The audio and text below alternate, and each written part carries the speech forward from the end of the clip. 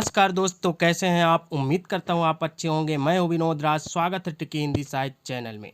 दोस्तों, आज हम कक्षा 10 की प्री बोर्ड परीक्षा 2022 में हिंदी विषय के प्रश्न उत्तरों की चर्चा करने वाले हैं, जो कि आपकी 20 तारीख से परीक्षा चालू हो रही है।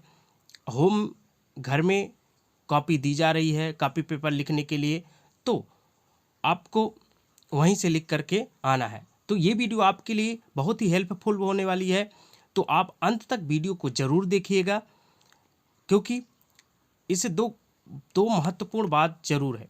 क्या कि पिछले वर्ष की बात इस वर्ष भी शायद प्री बोर्ड के आधार पर आपका वार्षिक परीक्षा परिणाम तैयार किया जाए, रिजल्ट बनाया जाए। तो पिछले वर्ष बहुत से बच्चे प्री बोर्ड को सीरियस नहीं लिए थे, यानी प्रश्नों के उत्तर नहीं लिख के लाए थे, क्योंकि प्री बोर्ड को सोचते थे कि होगा ही नहीं, कोई मतलब नहीं। बाद में जब वार्षिक परीक्षा परिणाम तैयार किया गया तो उनको कम नंबर मिले थे। इसलिए इस बार हर प्रश्न का उत्तर लिख करके आना बहुत ज़रूरी है आपके लिए, क्योंकि परसेंटेज आपका हो सकता है इसी के आधार पर बने तो कम हो जाएगा अगर नहीं लिखा रहेगा तो आप वीडियो में अंत तक बने रहें। यदि आप चैनल में पहली बार हैं, चैनल को सब्सक्राइब न किया हो तो सब्सक्राइब कर दें, क्योंकि जिससे आपको आने वाली वीडियो की नोटिफिकेशन मिलती रहे और सभी सब्जेक्टों की उत्तर आपको एक एक करके मिलता रहेगा। तो आज हम वीडियो को लाइक ज़रूर करें अगर वीडियो अच्छी लगे तो। चलिए देखते हैं।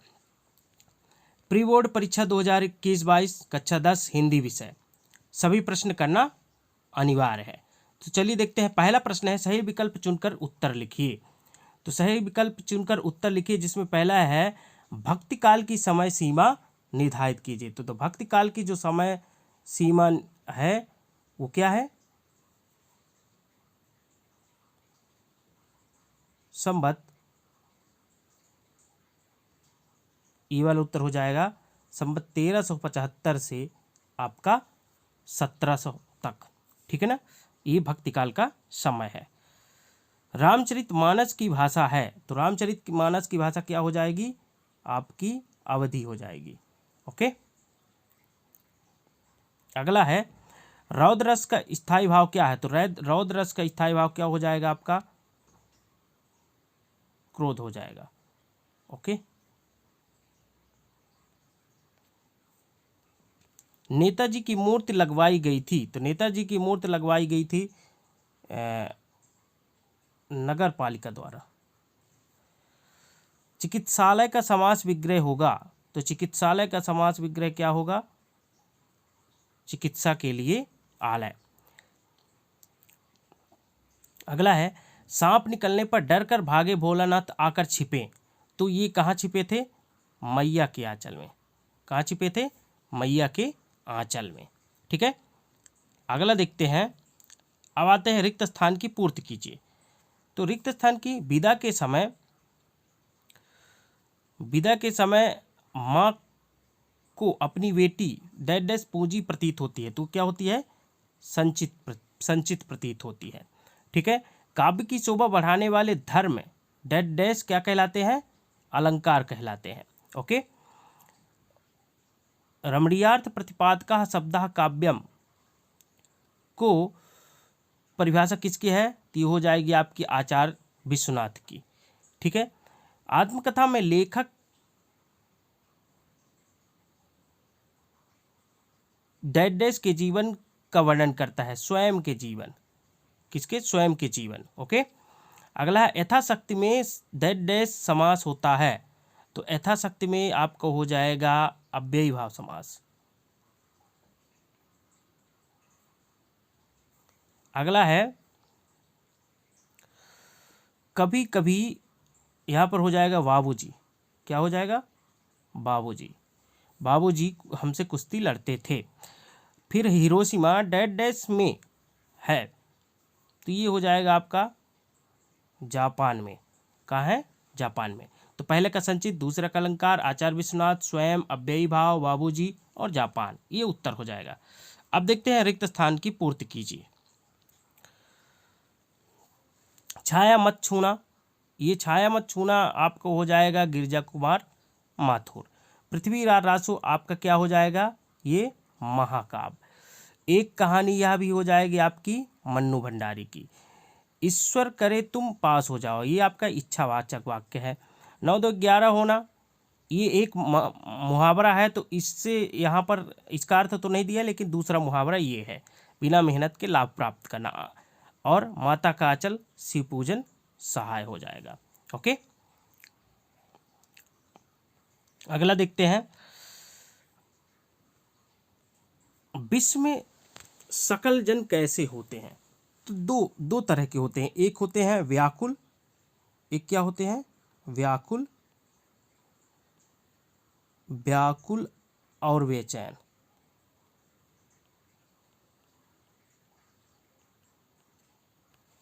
ठीक है ना। तृप्त धरा का सांकेतिक अर्थ क्या है? तो तृप्त धरा का सांकेतिक अर्थ होता है दुखों से पीड़ित, दुखों से पीड़ित धरती, पीड़ित धरती। ओके, अब देखते हैं तीसरा। वर्ण मात्रा यति छंद से नियोजित शब्द क्या कहलाती है? वो कहलाती है छंद। चौपाई छंद में कुल कितनी मात्रा होती है? यहाँ पर 16। नेताजी की मूर्ति कितनी ऊंची थी? तो ये हो जाएगी इसका पचमे का 4 फुट। कितनी ऊंची थी? 4 फुट। अगला हो जाएगा उपासना करने वाला क्या कहलाता है? तो उपासना करने वाला क्या कहलाता है? उपासक। हिंदी का पहला आंचलिक उपन्यास किसे माना जाता है? तो फणीश्वर नाथ रेणु का एक उपन्यास है मैला आंचल, मैला आंचल, इसी को ही माना जाता है पहला। बहुत से विद्वानों ने माना है। ठीक है, चलिए देखते हैं। पांचवा प्रश्न है। पांचवा प्रश्न है, राजा धर्म है कि प्रजा को न सताए? तो ये आपको हो जाएगा सत्य। ओके, खंड काव्य मुक्तक काव्य का भेद नहीं है, ये आपको हो जाएगा असत्य। कहानी उपन्यास के अपेक्षा छोटी होती है, ये सत्य हो जाएगा। प्राचीन भारत में स्त्री अत्यंत विदुषी होती थी, ये आपकी क्या हो जाएगा? सत्य हो जाएगा। सिद्धार्थ स्वस्थ हैं विधिवाचक वाक्य है, ये भी आपका सत्य हो जाएगा। तारकेश्वर नाथ ही भोलानाथ थे, ये भी आपका सत्य हो जाएगा। छठवां प्रश्न है, छायावाद की 2 विशेषताएं लिखिए, भक्तिकाल की 2 विशेषताएं लिखिए। तो चाहे छायावाद की लिखिए चाहे भक्तिकाल की। भक्तिकाल की अगर विशेषता लिखना है तो इसमें नाम का महत्व दिया गया, गुरु का महत्व दिया गया, ईश्वर के विविध रूप बताए गए, ठीक है ना, और भक्ति को प्रबल माना गया, ये विशेषता होगी। छायावाद के व्यक्तिवाद की प्रधानता रही, नवीन या नूतन छंदों का प्रयोग हुआ किया गया, ये छायावाद की विशेषता हो जाएगी। ठीक है ना। महाकवि सूरदास कि साहित्य में स्थान निर्धारित कीजिए। इससे हमें प्रीवियस वीडियो में डाला हूँ इन दोनों में, दोनों की, तो यदि आप ना देखें उस वीडियो को, यहाँ से उसका आंसर जरूर आप ले लें। ठीक है ना, इसके प्रीवियस और लिंक में मैं दे दूंगा इसका। कवि निराला की आंख फागुन की सुंदरता से क्यों हट रही है? ये आपके प्रश्न में देख लीजिएगा। महाकाव्य की परिभाषा उदाहरण सहित लिखिए। तो महाकाव्य की परिभाषा हम आपको बता देते हैं, हालांकि प्रीवियस वीडियो आपको मिल जाएगा उसमें उदाहरण सहित। तो महाकाव्य वह काव्य है जिसमें नायक के संपूर्ण जीवन का वर्णन होता है, जन्म से लेकर अंत तक वर्णन होता है, वो क्या कहलाता है? महाकाव्य कहलाता है। ठीक है ना। महाकाव्य उदाहरण दे दीजिए, पृथ्वीराज रासो चंद्रवरदाई, ये सभी आप उदाहरण दे सकते हैं। छंद किसे कहते हैं? छंद के प्रकार, छंद के 3 प्रकार होते हैं, आप ध्यान रखिएगा, मात्रिक, वार्णिक और मुक्तक छंद, मुक्त छंद।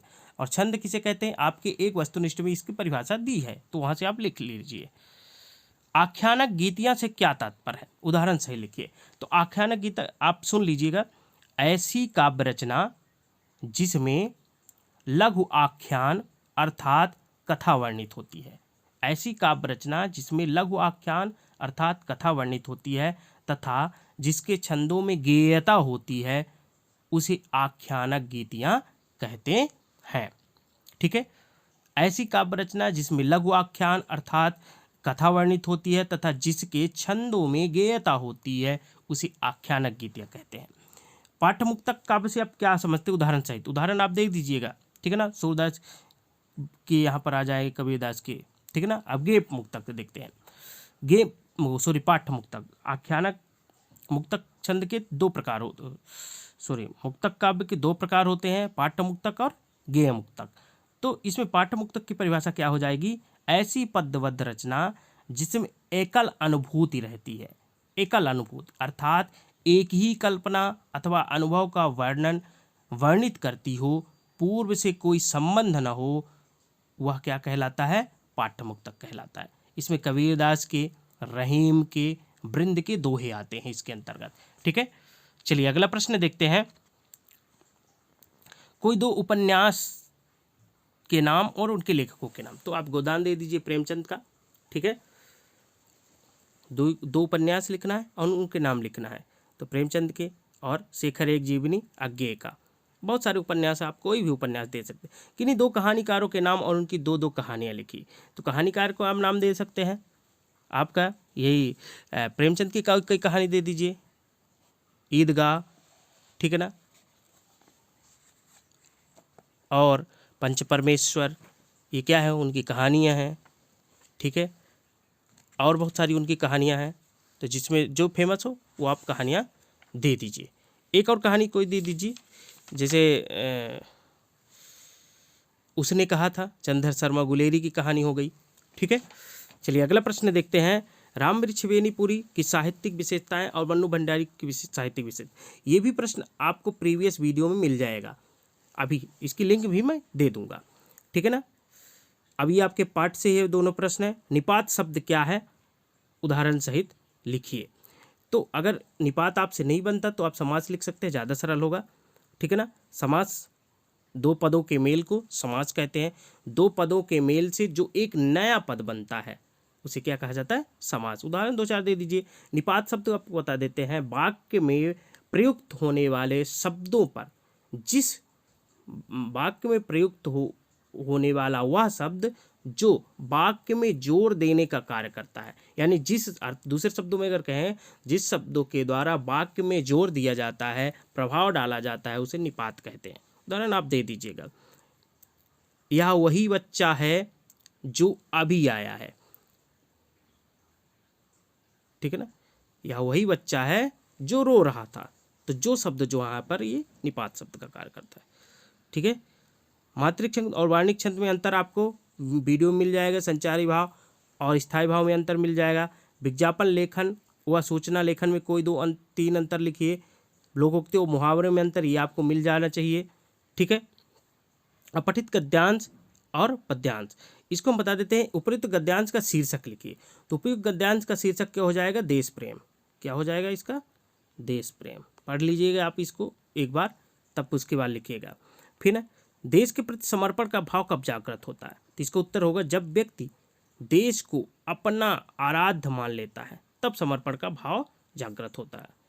ठीक है ना, इसको आप डायरेक्ट हूबहू मत लिखिएगा। जब व्यक्ति देश को अपना आराध्य मान लेता तब तो उसमें समर्पण की भावना। सारांश आप 2 लाइन की लिख दीजिएगा। अगर अथवा लिखना है, पूर्व चलने के बटोही बाट की पहचान कर ले, पुस्तकों में है नहीं छपी गई इनकी कहानी, हाल इनका जात हो न औरों की जवानी, अनगिनत राही गए इस राह से, क्या पता क्या उनका पता क्या, पर गए कुछ लोग इस पर, छोड़ पैरों की निशानी। उपयुक्त गद्यांश की जो शीर्षक होगा वो क्या है? पथ की पहचान। पथ की पहचान। शायद ये कविता राम नरेश त्रिपाठी की है, मुझे पता नहीं। चलने के पूर्व बटोही को क्या करना चाहिए? अपने पथ की पहचान कर लेना चाहिए। क्या करना चाहिए? अपने पथ की पहचान कर लेना चाहिए। उपयुक्त गद्यांश का भावार्थ लिखना। भावार्थ का मतलब उसका भाव, अर्थ 2-3 लाइन में। ठीक है, अगर ये करना। अपने विद्यालय में मनाए गए सांस्कृतिक समारोह पर एक अनुच्छेद लिखिए। सांस्कृतिक समारोह कैसे मनाया गया?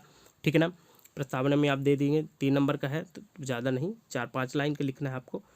तो कैसे मनाया गया, उसकी क्या तैयारी की गई, फिर उसका संचालन कैसे हुआ, फिर उसमें निष्कर्ष क्या निकला उसका, ये पुराने समय में स्त्री शिक्षा संबंधी बातों के बारे में अपनी दादी, नानी या माँ से हुई बातचीत संवाद को लिखिए। तो ये आप संवाद के रूप में लिखेंगे कि उनसे पुराने शिक्षा समय में स्त्री शिक्षक संबंध में क्या वो बातें करती थी, उसको लिखना है आपको। छाया मत छूना, ये आपको व्याख्या होगा। उधर तुम, ये सूरदास वाला ही है, ठीक है ना। ये आप देख लीजिएगा दोनों, 21वां। ऐसे 22वां द्वितीय प्रति, अंक सूची की द्वितीय प्रति सचिव महोदय को लिखना है, ठीक है ना, मध्य प्रदेश भोपाल मंडल को। फिर गर्मी में छुट्टी ऐतिहासिक स्थल, ये आप लिख लीजिएगा। पर्यावरण शिक्षा आपका निबंध हो जाएगा। तो ये रहा कक्षा 10 के प्री बोर्ड पेपर का सलूशन। उम्मीद करता हूँ ये वीडियो आपको अच्छी लगी होगी। यदि वीडियो अच्छी लगी हो तो लाइक जरूर करिएगा, वीडियो को अपने दोस्तों तक शेयर जरूर करें। और चैनल में पहली बार है, चैनल को सब्सक्राइब नहीं किया तो सब्सक्राइब कर लें, क्योंकि आने वाले विषयों की भी वीडियो इसी चैनल पर बहुत जल्द मिलने वाली है। तो मिलते हैं इसी तरह नेक्स्ट वीडियो में, तब तक अपना ख्याल रखें, स्वस्थ रहें, धन्यवाद।